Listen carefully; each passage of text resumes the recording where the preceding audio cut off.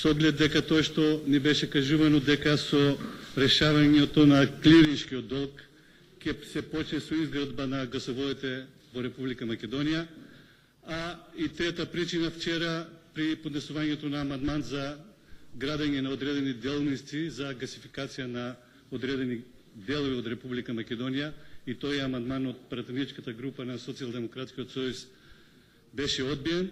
И јас, како што реков на седмицата кога имавме општа расправа за буџетот, дека навистина локалната самоуправа во Струмица, градоначалникот Зоран Заев биле во право кога биле песимисти и решиле да ја гасифицираат Струмица на еден поразличен начин, тоест не чекајќи го централниот гасовод или гасоводната мрежа да стигне како што треба до Струмица. Значи, во Струмица веќе е изградена е гасоводна мрежа од 13 км, испитана е технички, веќе е технички исправна и може да се пушти во употреба.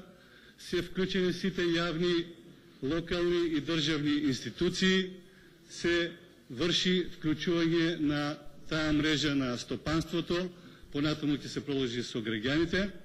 Овој амандман го поднесуваме да владата сепак и покрај тоа што општина Струмица имаше одредени барања за користење на дел од кредитот за подобрување на општинските услуги, владата не даде за сходно да ја помогне со тоа што ќе ја даде одобрење за задолжување на општина Струмица. Општина Струмица има сега барање за издавање на документ за задолжување на друг начин.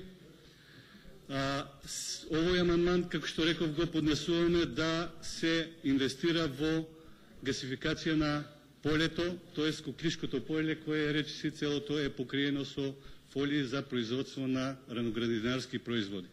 Со гасификација на полето, прво ќе се постигне да имаме еден поевтин земјоделски производ, а со тоа ќе биде сигурно многу поконкурентен на пазарите и во Република Македонија и широм Европа.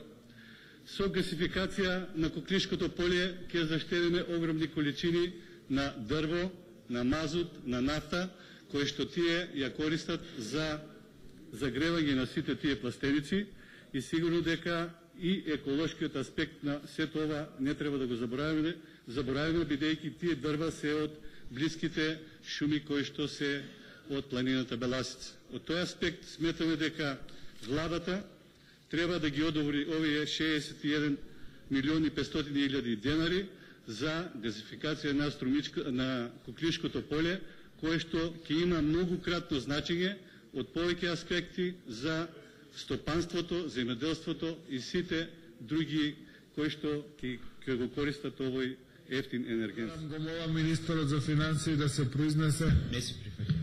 Владата не го прифаќа амандманот, отварам расправа, има збор колегата Јани Макрадули. Повелко сакам да дадам подршка на амандманот на колегите Иванова и Орцев, ама посебно сакам да му честитам на градоначалникот на Струмица Заев, кој што покажа дека и покрај тортурата, притисокот и дискриминаторскиот однос на власта, може една општина да го направи она што владата на ВМРО ДПМН не може да го направи 7 години,